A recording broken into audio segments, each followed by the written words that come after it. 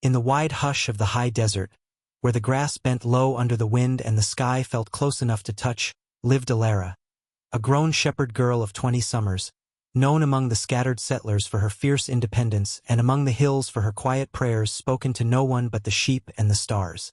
Her life was simple, marked by the slow rhythm of dawn and dusk, by bare feet hardened against stone, and by the lonely strength that comes from surviving without protection. One evening, as the sun bled red across the mesas, Alara led her flock toward a hidden spring tucked between two cliffs, unaware that this sacred place was also a passage used by the Apache.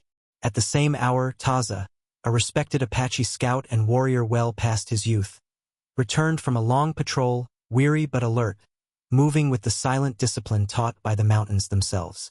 Fate, uninvited and unannounced, stepped between them when Alara, believing herself utterly alone, slipped behind a curtain of tall reeds to wash the dust from her skin, loosening her outer garments only enough to cleanse herself before nightfall. She did not see Taza emerge from the shadows, nor did he intend to see her, but the wind shifted, the sheep bleated, and in a single, shocking moment, their worlds collided.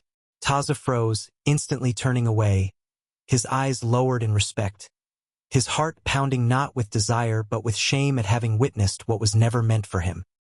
He spoke no word, made no sound, yet Alara sensed him, felt the presence of another soul, and when she stepped back, fully clothed again, she saw him standing rigid, facing the cliff, as though carved from stone.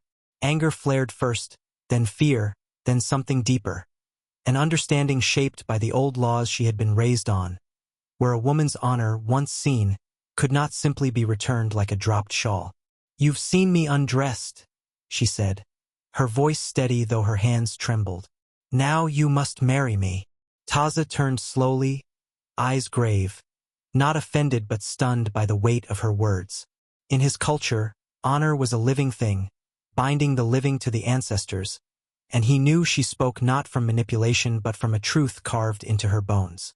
He did not laugh. He did not argue. He only said, "I did not mean to see, but I will not run from responsibility." What followed was not an easy union but a hard-earned one, forged through resistance from both worlds, the settlers who distrusted the Apache, and the tribe who questioned the sudden arrival of a shepherd girl among them. Alara faced whispers and cold stares, yet she stood tall, learning the ways of the people who had once been strangers, while Taza defended her not with fists but with unwavering presence. Slowly, something unexpected bloomed between them, not passion, but respect, not desire, but trust. Nights passed where they spoke of loss, of the loneliness of standing guard over worlds that never fully accepted them. Taza told her of battles fought not with weapons but with restraint, of a life lived in service to balance, while Alara shared stories of growing up invisible, of strength learned the hard way. When they finally married beneath the open sky, there were no grand celebrations, only the quiet approval of elders who recognized truth when they saw it. Their love did not arrive like lightning. It grew like roots, deep and unbreakable, binding two lives that fate had once thrown together without mercy. Years later, when hardship came, as it always does, it was their shared sense of honor that carried them through drought, war, and exile. Alara never again felt unprotected, and Taza never again walked alone. And so, what began as a moment of shame became a covenant of courage, proving that sometimes destiny does not ask permission. It only asks whether you will stand by what is right when the moment comes. If the story moved you, if you believe in love built on honor, respect, and courage rather than chance, then don't forget to subscribe to the channel, because every story here is crafted to remind you that even in the harshest lands, the human heart still finds a way to choose what is right.